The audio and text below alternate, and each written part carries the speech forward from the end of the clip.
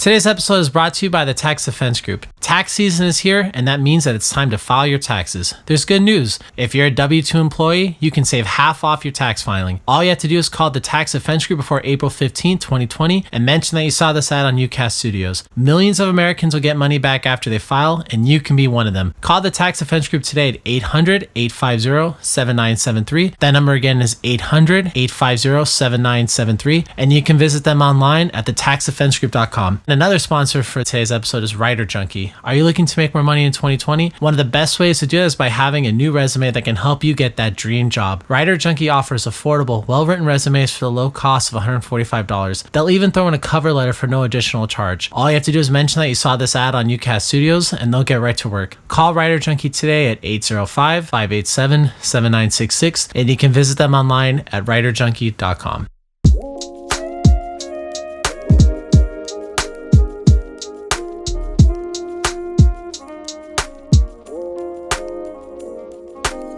Hi, welcome to the Talk Spot. This is Marcus, and today I'm joined by Johnny Arnett with the Johnny Arnett NBA YouTuber YouTube channel. Johnny, thank you for coming on. Appreciate it, Marcus. Thanks for having me. All right, man. Well, I kind of wanted to talk about this NBA season and how this has kind of turned into the season from hell. So first, I want to go a little bit with you, a little bit over the timeline of kind of what's happened over the last 5 months, and then we can kind of, talk a little bit about each thing. So first, Daryl Morey, the general manager for the Houston Rockets, he tweeted on October 4th that tweet, fight for freedom, stand with Hong Kong. And if everyone remembers correctly, that kind of caused a huge backlash from China. You can just say that. There was a lot of Chinese interests that were very upset, to say the least, about that. A lot of people even remember there was a number of games played in China. And I remember one game in particular that was kind of impacted was the Lakers and Brooklyn Nets game. Johnny, you remember that, right? Wasn't there something weird where the press wasn't allowed to talk to the players or something like that? Yeah. They finished out some of the games, and then the press wasn't allowed to speak on it, essentially. And so players weren't questioned. It was basically the NBA itself restricting players from talking about it at all.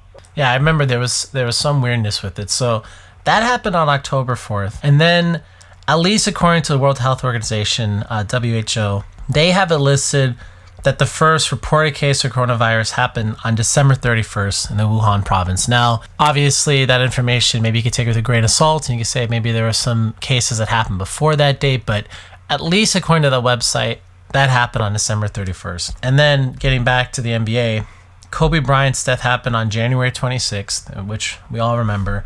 And then now this kind of takes us to present day. So the NBA on March 11th basically suspends play or it takes at least a hiatus, it announces, and then today it comes out and says that it's at least a 30-day hiatus or suspension of the entire league. We can work our way back. Let's go ahead and start with what's happened in just the last couple of days alone. Yeah, so I remember this even, yesterday for myself. It seemed like, I remember seeing the tweets and the news that the NBA was considering either playing the games without any fans in the arena, or they were thinking about taking a break or, basically suspending play for a while.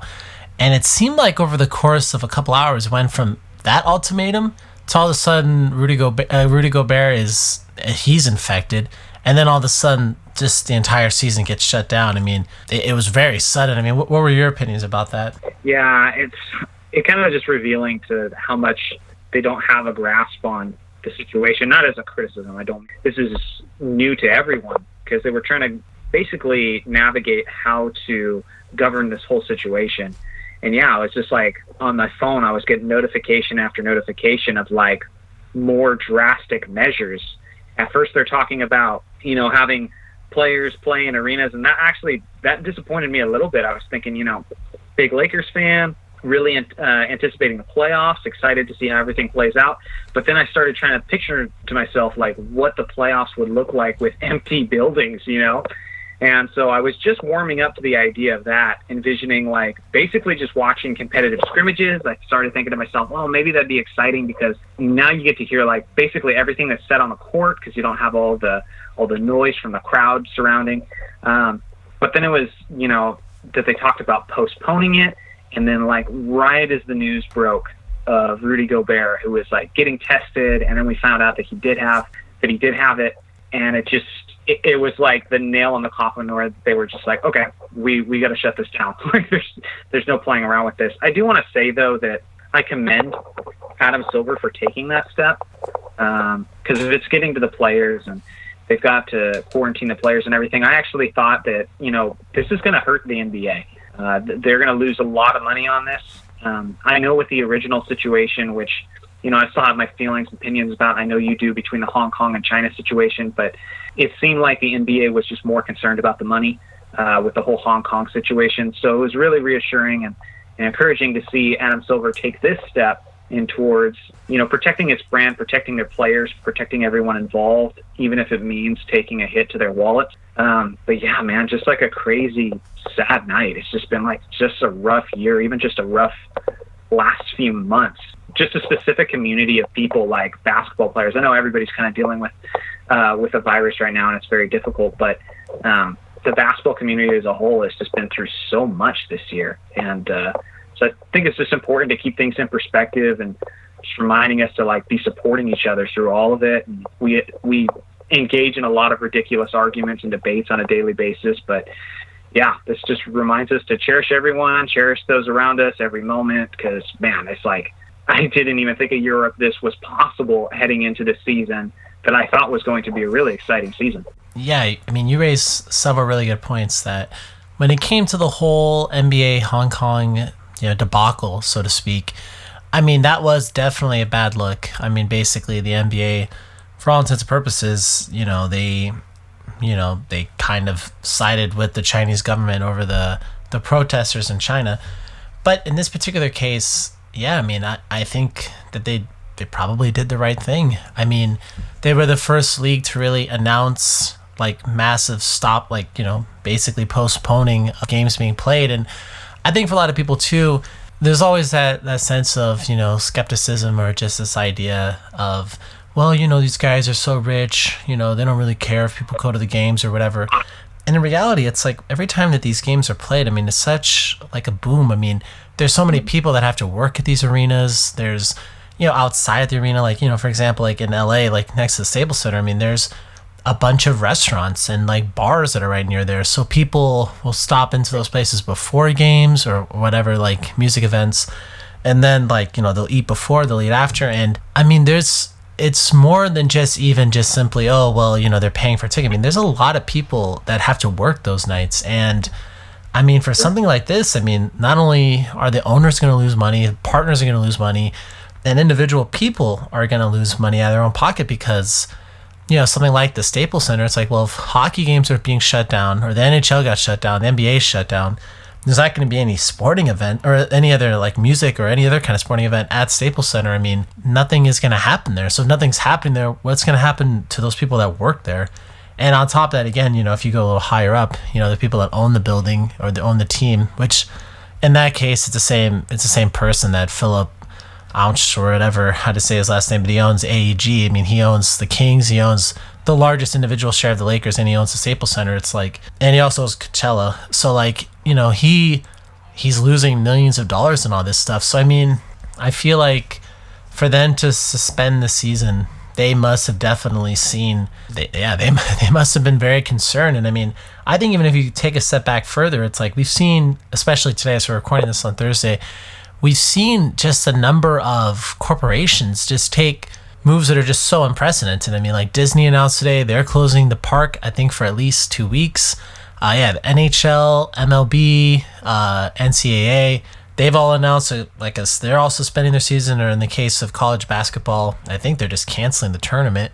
I think MLS has suspended their season, I believe, or they're going to. I'm not really sure when that's the season, but I know something was released about MLS. Yeah, I mean, this is a lot of money. I mean, I've heard that I think Mulan, the film Mulan's being pushed back its release date. A Quiet Place 2 is having its release date pushed back. And dude, it seems so crazy, because I felt even 30 hours ago, I had obviously heard of coronavirus, but I didn't really consider it to be that pressing of an issue. It just seems like things have just escalated so dramatically. I mean, you had Trump come out here, he spoke from the White House. You've had, the stock market drop. It's like you've had, the governor of California came out and said people shouldn't even congregate if there's more than 250 people in an area. So it's gotten crazy real fast. And yeah, from the NBA standpoint, I mean, dude, it's just nuts. It truly is almost unthinkable that these players, and now, I mean, we know for sure that 2 players have it, right? Or has there been more than 2? There's 3. Emmanuel Moody at 3 to my knowledge, but I mean, it could be changing at any moment. But Emmanuel Mudiay, Rudy Gobert, and Donovan Mitchell was not, but apparently they tested the rest of the Utah Jazz team, and everybody else is free of the virus. So just those 3 players right now are confirmed to have the virus. Dude, it's just crazy, man, because it's like, you go back a little bit and it's like, okay, so basically there was like a month and a half between Kobe Bryant's passing and the NBA being shut down. And I mean, if people remember correctly, like, I'm trying to remember when oh my gosh, service was on February 24th. I was gonna say I can't remember the date, but I remember. So it was the 24th. I mean, the 24th of February, like, it wasn't that long ago. I mean, that was like 2 weeks ago. So 2 weeks ago, we have this event for the NBA for, honoring Kobe's life at the Staples Center, and, Michael Jordan spoke, and all these other people spoke about Kobe. And yeah, it just seems crazy. I mean, people say in life, this idea of, when it rains, it pours. I mean, when it comes to the NBA this season, that's definitely the case. Between the season being shut down, Kobe's passing, and then just the whole bad publicity that the NBA was getting at the beginning of the season was just, it's just so crazy. It's gone in a couple month intervals, and it's like one bad thing after another.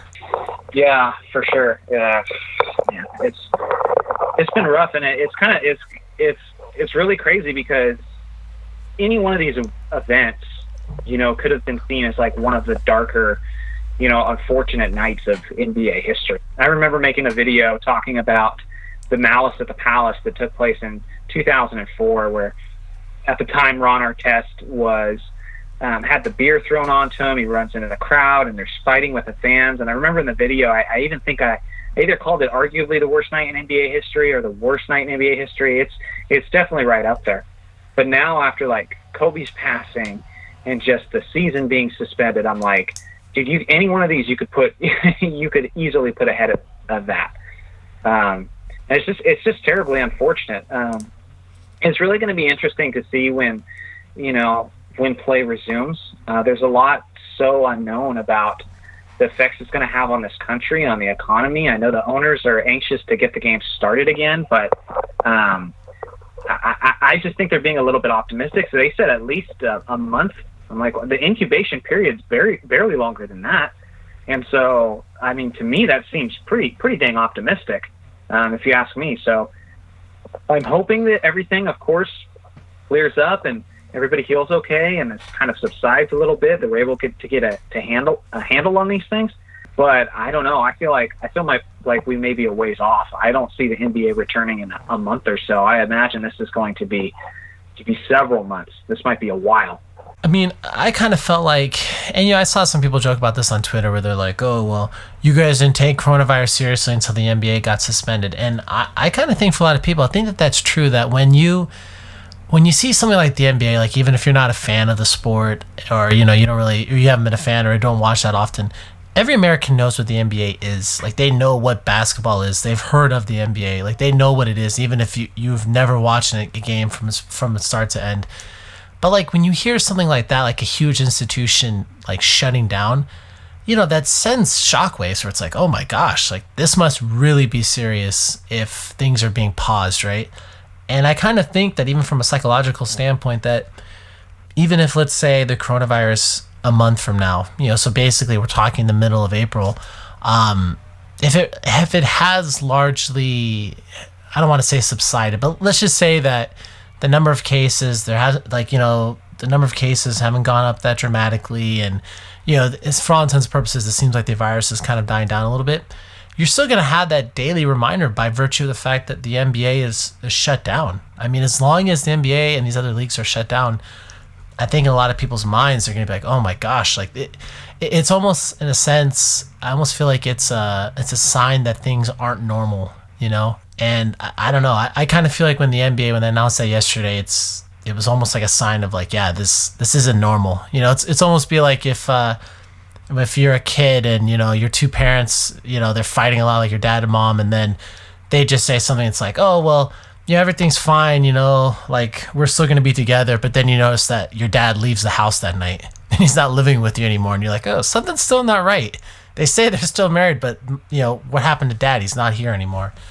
And I kind of feel like as long as big institutions are on like hold like this, I think a lot of people aren't going to have a sense of things are back to normal. Yeah, no, for sure. And it's kind of unfortunate because like this whole situation, I've kind of been following the whole coronavirus thing for a little bit.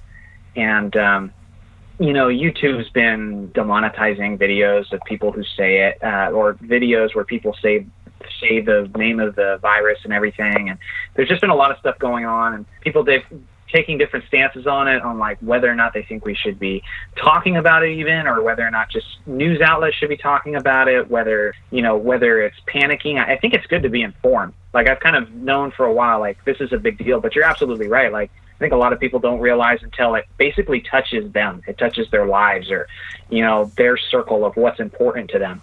Because I was even speaking to my dad last night, who's basically the reason I love basketball. He instilled that passion for the game in me. And he doesn't follow the game as closely as I do now, but he said that when the league got suspended, I was the first person he thought of, as he was like, wow, like this is a big deal. It's literally affecting my son's life now. Like what he does, you know, for a passion, like this is altering that now.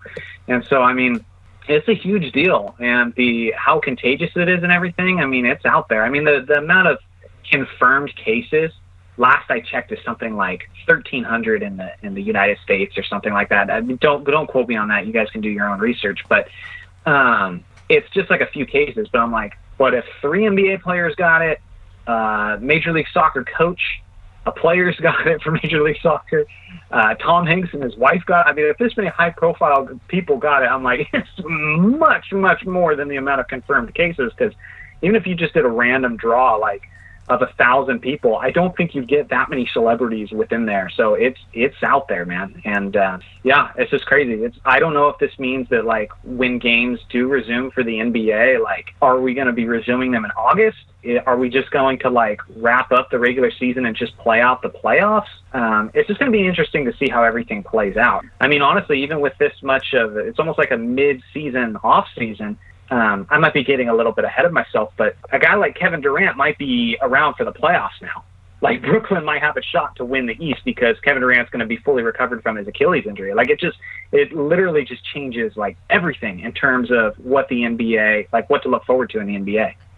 No, and I mean, I think that definitely leads into this next topic is, yeah, I mean, what is going to happen this season? Because even so earlier tonight, Adam Silver, he was on, he was on TNT, and he was talking to the crew about this, kind of what's going to happen. That's when he said the thing about it's at least the NBA isn't going to play games for at least 30 days. But then he also mentioned the idea that kind of it sounded like we're going to have to wait and see what's going to happen with the rest of the season. And I think that's very interesting. I mean, so we're at a point with the season most teams have played at least 60 games. So you've played through the majority of the season. You've gone through, the All-Star break.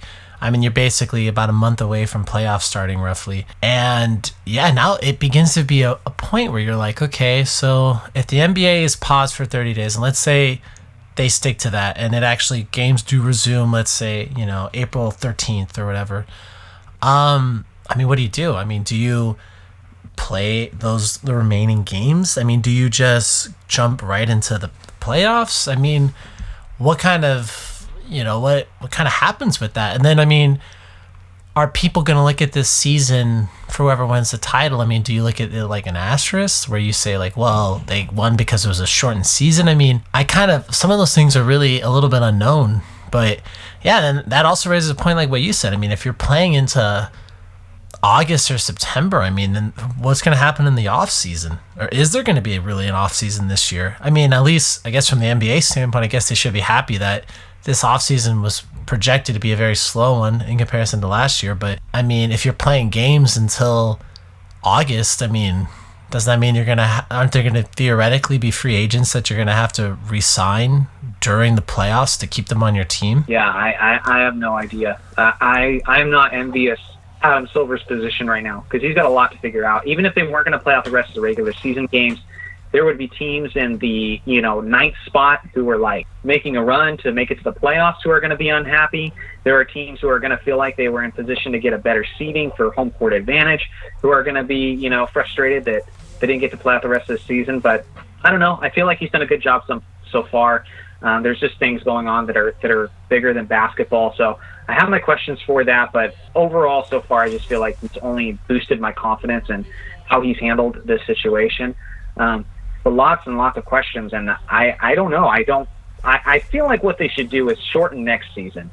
We've already had a couple lockout seasons. If I recall, 1999 was definitely a lockout season. They only played 50 games that year.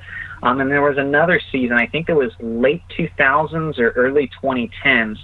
I can't remember the exact year, but yeah, wasn't it the 2011-2012 season? Because wasn't that the first year LeBron won his title? Yeah, and that's where they started. I think around Christmas time.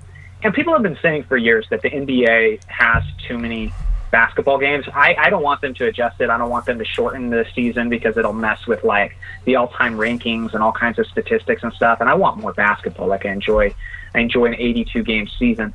But I mean, honestly, if you just got to cut down the length of the season next year, I think that would be the way to do it. Still give the guys a little bit of time off if you can, because I can already see if we return to playing basketball and the guys don't have that much time off, and then there's like a series of injuries, we're going to immediately be talking about because the guys are working too hard. It's because they didn't get an off season. They didn't get a chance to rest. So I would just say just eat into some of the games next year, do a 50-game season, a 41-game season if you can. But yeah, I'm just hoping it happens sooner rather than later because the things clear up sooner rather than later. But I feel like there's a lot of optimism that is borderline unrealistic. Like 30 days from now, I mean, at the rate it's spreading, we haven't even seen the worst of it yet. And so part of me feels like it's even premature to be talking about a date. I feel like this should be a little bit more of an ongoing evaluation, just kind of playing it moment to moment. And then we start to feel like things are moving and heading in the right direction, then we can start talking about a date. But that's just me personally. I just really hope it clears up within the next month or so. But I think that's a little overly optimistic, if you ask me. Well, I think it's interesting this idea that you raised about the prospect of shortening next season. I mean, the only thing, again, that sucks with that is, how's that going to affect like the salary cap? I mean, if you do reduce the number of games, and that means you're reducing the amount of money the NBA can make. And I mean, I think what you're saying, it's definitely a good idea, but I could definitely see from a sponsor/partner perspective, the NBA's ratings are already down this season. Now you're potentially losing out on, 20 games per team basically. So the ratings are already down. A bunch of games aren't going to be watched now. And then if next season, if they also want to reduce the number of games that are going to be played in general, then yeah, I could seriously see that impacting the salary cap situation, especially in like the summers, or maybe this summer. We'll have to see what's going to happen. But in particular, projecting, I guess it would be more in alignment, or it would really hurt like the summer of 2021 and the summer of 2022. But dude, yeah, it's a total mess, man. This is truly, I think things that have happened this NBA season have honestly, a lot of ways, yeah, not only is it a season from hell, but it's also kind of laying the groundwork where it might take a while to even fix any of these issues. So, the NBA this season has, in a lot of sense, it burned a lot of bridges with China. It made a lot of Americans kind of resentful towards the league because, the perceived siding with totalitarianism in China. And then, now you have the whole coronavirus just throwing everything in a total mess where we don't know what's going to happen. It could impact this season. Like you said, it could impact next season. And then in the midst of all this too, one of the greatest basketball players ever to have played, Kobe Bryant, tragically passes away, like in the middle of all that. And it's like, dude, this is, it's such a, I don't know. It almost seems like this was a cursed season for the NBA. It's almost so bad things in the NBA that like I think people are forgetting that Rob Manfred is still the MLB commissioner, and this guy is probably the worst commissioner in sports history. I mean, things are so bad in the NBA that guy's getting a pass right now. Yeah. And it's unfortunate just because, like I said, I think Silver's doing a great job, but the hand that he's been dealt right now is unbelievably difficult to handle. It has been a terrible season, but I like anything. I think this is an opportunity. I would hope people view it as an opportunity for people to come together. It's just kind of a reminder of what's important, and that's looking out for each other. It's family, it's our friends, and I don't know what there's no real true answer of how the situation can be mended. Even if next year, even if this clears up pretty soon, the NBA has already lost millions and millions of dollars between the situation with China and Hong Kong and what was said there. I think that played a huge part into why viewership was down this year.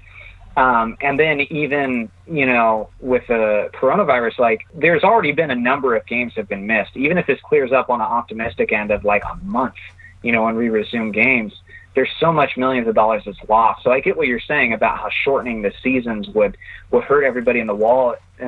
But, I just don't see that as avoidable at this point. There's really nothing you can do about that. Everybody's going to be affected by this. The salary cap's going to go down a ton.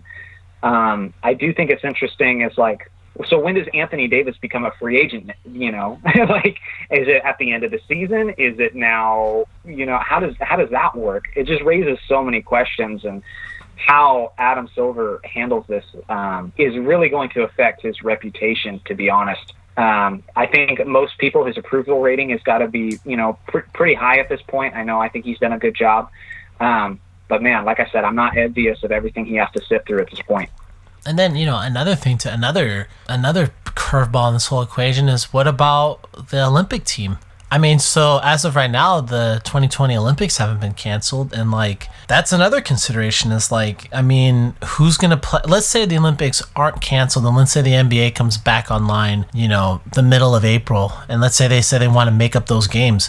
Well, who's going to play in the Olympics? Or this is really throwing things for a curve. I haven't actually heard anybody really talk about the Olympics yet in regards to the NBA team. But yeah, there's so many things that are so unknown. And I feel like you're right for Silver. And I do think he's a good commissioner. He's definitely, compared to Roger Goodell and Rob Manfred, he's better than both of them put together, multiplied by 1,000. I can't think of any lesser of a human being than Rob Manfred basically sanctioning cheating. But for Silver, yeah, he's handled it as well as anybody could possibly handle it. But yeah, now the situation, now you're talking about, what you said, so Anthony Davis, if he opts out of his contract, whatever that'll be, July 1st, whatever that date's going to be, that's what was slated for before. But yeah, now, if games are pushed back, let's say what you're talking about, let's say the NBA has to be shut down for 45 days or 60 days. So if the NBA is pushed back 2 months, and then the NBA just says, okay, fine, we're going straight into playoffs, we're going to disregard all those other games, the seeding that you're at right now, this is where you're going to be in the playoffs. Yeah, it's going to take a while to get all through all those playoff series, and then, when's the date of the free agency? And then do any of these players get to try to compete for the Olympics? Yeah, man. Dude, this is rough. And then, I think from a product standpoint for a lot of people, it will be interesting to see what's going to happen with free agency. Especially too, if teams are now going to really be fearful that the salary cap might even go down. Some small market teams are probably going to, as a consequence of this, are probably going to maybe get screwed over. I don't know. Maybe some of the bigger market teams might get screwed over. I don't know, but I feel like someone's probably going to get screwed over somewhere by the salary cap going down. So, yeah, man. There's a lot of there's so many moving parts to this thing. How much would that suck too? From our perspective, especially if you're a Laker, Bucks, or a Clippers fan, that your team had an incredibly high likelihood of winning a title, and you and I were both big Laker fans, and it's the Lakers just came off of the best weekend of the entire season, or for them at least. Or probably, I don't think any team in the NBA has had a better weekend than they just had, where they beat the Bucks and they beat the Clippers. Truly, they beat both teams by double digits, but Lou Williams takes that really cheap, cheesy shot to make so the Clippers only lose by 9 instead of 12. But regardless, the Lakers just beat both of those teams And then, I mean, I know the Lakers lost to the Nets on Tuesday, but yeah, so I mean, you go from being a team where you looked upon, it's like, wow, like these guys are. I mean, I remember Bill Simmons even sent us podcasts on Sunday night, or is it Sunday or Monday? He's like, the Lakers are the prohibitive favorites to win the title, and he's like, the Lakers have the season by the balls, and I quote. And now the season might get canceled. I mean, dude, how much does that suck? Yeah, that's the part. I mean, obviously, everybody's lives and how they're affected, and the stuff that goes beyond basketball is the most important part. If you have to sacrifice anything, make it part of next season, because they have to finish out this season. Maybe you can come back on the amount of games that are being finished up with, the amount of regular season games. Maybe you even switch the playoff format to, like, instead of all game sevens, maybe you do best of 5 across the board. I mean, you could do that, and that would cut down the length of the playoffs. I don't think personally, ultimately, you still have players who are all young, who are going to be at full strength with their teams, assuming we give it enough time for everybody to recoup and recover. I don't think there should be any asterisk by the season. There's been seasons delayed. The only way where I feel like you need an asterisk by the season is if, say Rudy Gobert isn't available for the Utah Jazz, or certain players are affected in such a way where they're not able to play, then yeah, what happens this season honestly doesn't even matter to me as much. I want to see a healthy Rockets team in the playoffs. I want to see a healthy Jazz, Lakers, Bucks, Clippers, and I want to see them go at it. And so if we have to take some time to make that happen, but again, I'm just speaking as a fan. Yeah. The amount of people that it's affecting, like, man, my heart goes out to you. I mean, there's people who are stressed out about, like, work and how they're going to support themselves and how they're going to, I mean, not even just in the industry and, in the association, but, all around, everywhere. And so my heart goes out to all of you. I mean, we're dealing with it too, but, yeah, man. So I just don't think you should cut back on anything necessarily this season or cancel this season. But if you're going to eat anything, make it next season. And there's already millions of dollars that are lost. That's just life. That's just the way it is. You can't salvage that at this point. Yeah. There's just so many things about it that if this truly was the last game of the regular season, the games that happened yesterday, I mean, yeah, there's so many aspects where you're just like, oh man, that sucks. Like LeBron catching some ground on Giannis in the MVP race. It's like, if there's no more regular season game, then there's no way that LeBron can make an argument. And then, you look at other, like just statistics, like people scoring points, like LeBron moving up the all-time scoring list, like to lose a huge chunk of games hurts that aspect. Or, I mean, it's just crazy. Or even like the Bucks. I mean, I think now they've lost 13 games, I think. I don't know if they've lost 12 or 13, but like, I mean, so still, I mean, even if they finish the season with like 68 wins, I mean, if the season had played out like normal, I mean, that still would have made them one of the top 7 best records ever in NBA history.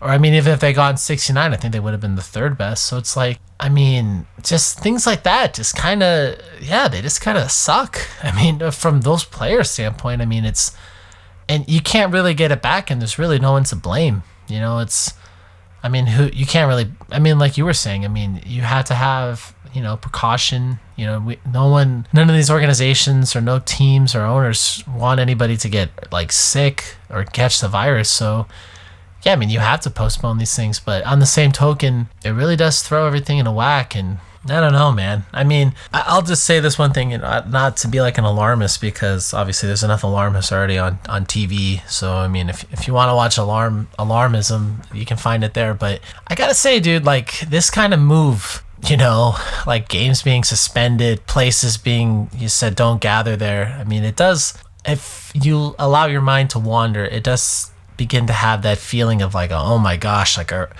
we 6 months away from I Am Legend?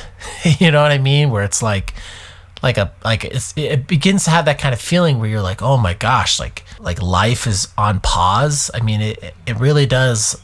I think it really freak people out. And if it does come to fruition, then in 6 months from now, then the NBA not being played, I mean, that won't even be the top of people's concerns. If things are this bad and they're tumbling down this bad so fast, then God only knows what the world's even going to be like by summer. And again, I mean, I'm not trying to say that in a scary way, but it's like, I mean, there's beginning to be writing on the wall where you're just like, whoa, okay, maybe this is something that could be really bad. Yeah, well, I think there's a lot to learn from this situation, whether it's the situation of how the NBA is handling it or just in society as a whole. Like, there's so much to learn from the situation, and I would just tell people, like, to kind of just try to take that pendulum that's swinging from one side to the other and just to kind of, like, find a center ground where you're being cautious and you're being smart. We're taking precaution, but we're not panicking.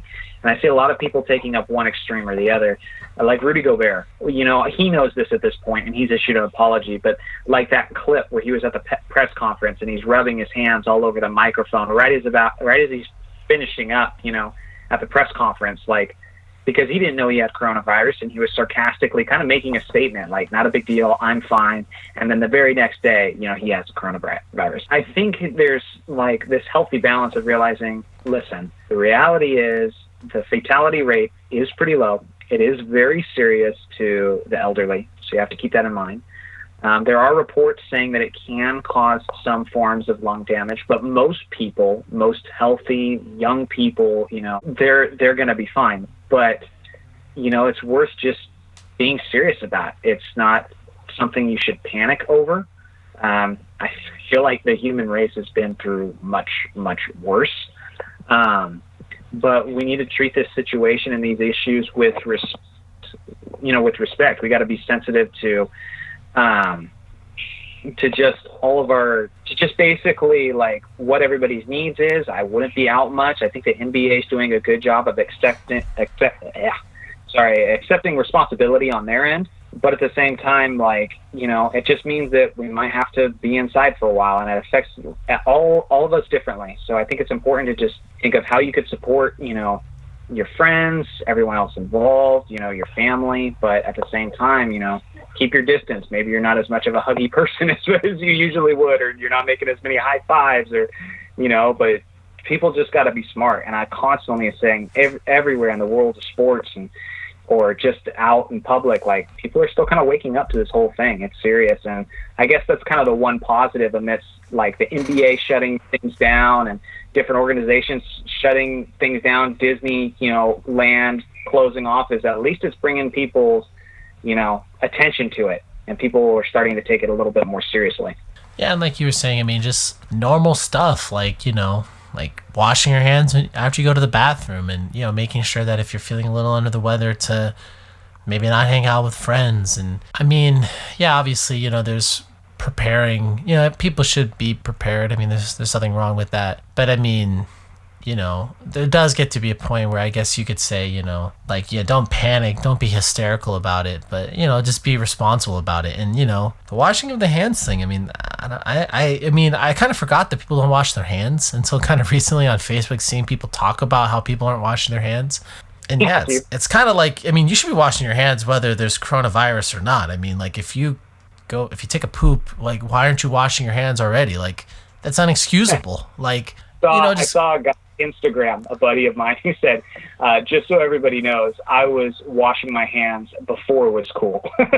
yeah, I mean, stuff like that. It's like, I mean, I thought a lot of stuff was common sense. Like, if you're sick, like, yeah, you don't go to work. Or if you're sick, yeah, maybe, don't go in a mosh pit at a concert or something. I don't know. I mean, I thought this stuff was kind of already common sense. Like, you should be washing your hands a lot during the day anyways. I mean, I don't know what the recommended number of washing your hands are per day, but it's like, I don't know. I mean, I like to wash my hands a lot. I think just being clean normally is probably better than not. And I don't know. I mean, I at the same token, I don't know, kind of like what you were saying. I mean, you don't put your life on hold, but yeah, I mean, I think I actually saw an article today that Trump was saying that they're considering doing a domestic travel ban. So, I mean, if they do that where we can't travel from state to state, then obviously that's going to make things even worse, or whatever. It's going to make the hysteria worse. But, yeah, I would say this time, I mean, people shouldn't just totally pause their lives and just, dig a hole in their backyard and turn it into a bunker and buy,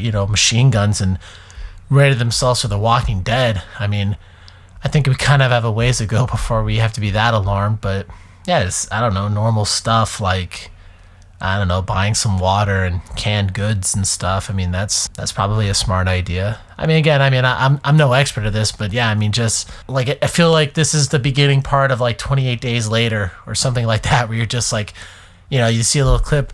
In today's news, the NBA suspends play for a month, and then it skips forward 3 months, and it's like the world's falling apart. Like, I hope we're not at that part, and I don't think that we are. And I think that people should just, I don't know, we should just all behave responsibly and just, try to live life as normal as we can while being cognizant of the fact that there's a virus out there. And you should just, I don't know, make sure we're cleanly and not coughing on people or being around people that are coughing and sick. Yeah, I get what you're saying.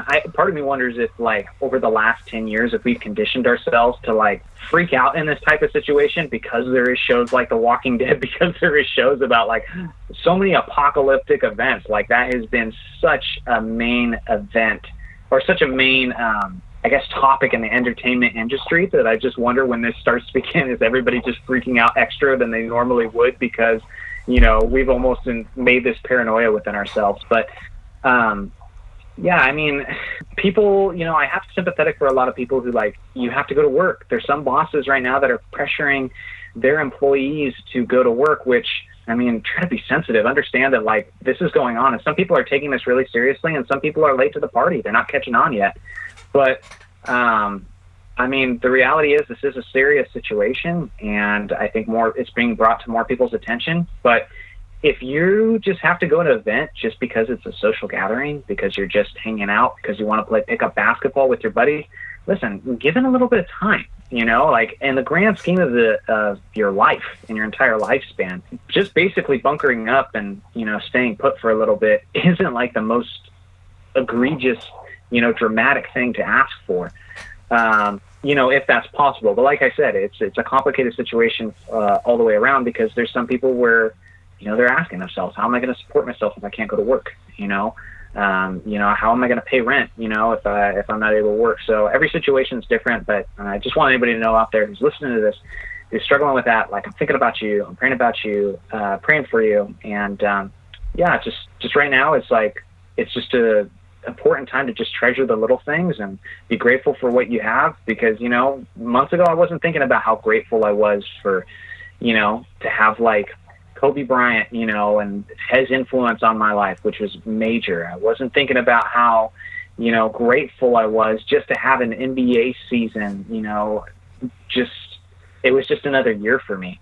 And you don't realize how much you love something or how much it means to you until it's gone. So even with all this being said, like, things could be so much worse than they are. And so I think it's an important time to just have an attitude of gratitude and to just be as responsible as we can be right now.